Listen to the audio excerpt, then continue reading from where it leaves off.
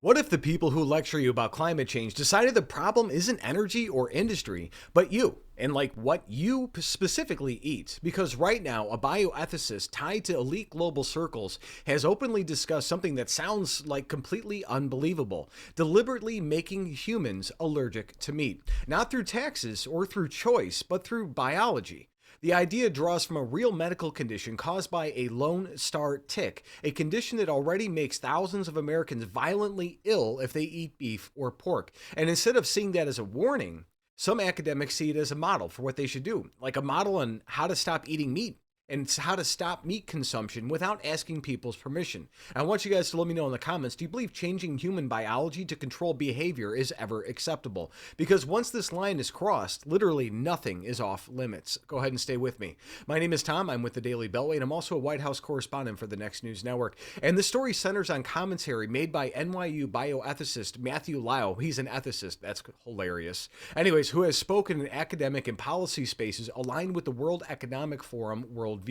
But before we go any further, guys, quick note, we're a growing channel, and every like, comment, share, and subscription helps us keep reporting stories the corporate press is ignoring. Also, sharing this matters because most people never hear about stories like this until they become policy. So share it to everybody you know.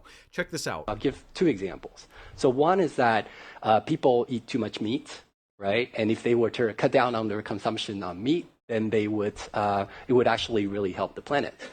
But people are not willing to give up meat. Yeah, some people will be willing to, but other people, they may be willing to, but they have a weakness of will. They say, wow, this steak is just too juicy. I can't do it. I'm one of those, by the way. So, but so here's the thought, right? So it turns out that we know a lot about, we have these intolerance to, for example, I have milk intolerance. And some people are intolerant to crayfish. So possibly we can use human engineering to make it the case that we're intolerant to certain kinds of meat, to certain kinds of bovine proteins. And there's actually analogs of this in life. There's this thing called the Lone Star tick, where if it bites you, you will become allergic to meat. I can sort of describe the mechanism. So that's something that we can do through human engineering. We can kind of possibly address really big world problems through human engineering.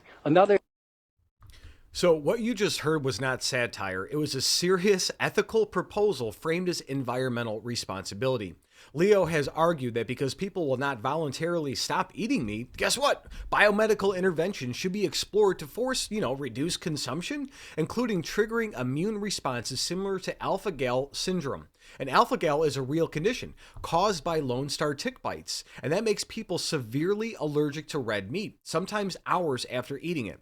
And this isn't discomfort. It can involve hives, swelling, severe stomach distress, and in rare cases, life-threatening reactions. And cases arising naturally due to tick expansion, if it's natural or not, we don't know. And public health experts already consider it a serious problem. So I want you guys to comment choice if you believe diet decisions belong to individuals, or comment control if you think elites should decide for society.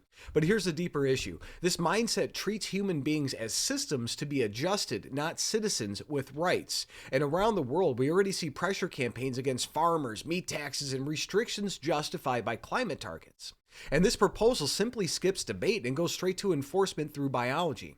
And I want you guys to remember in the beginning, this wasn't about meat alone. It was about who decides how you live. And if you got value from this report, please tap subscribe and share the story. My opinion is next.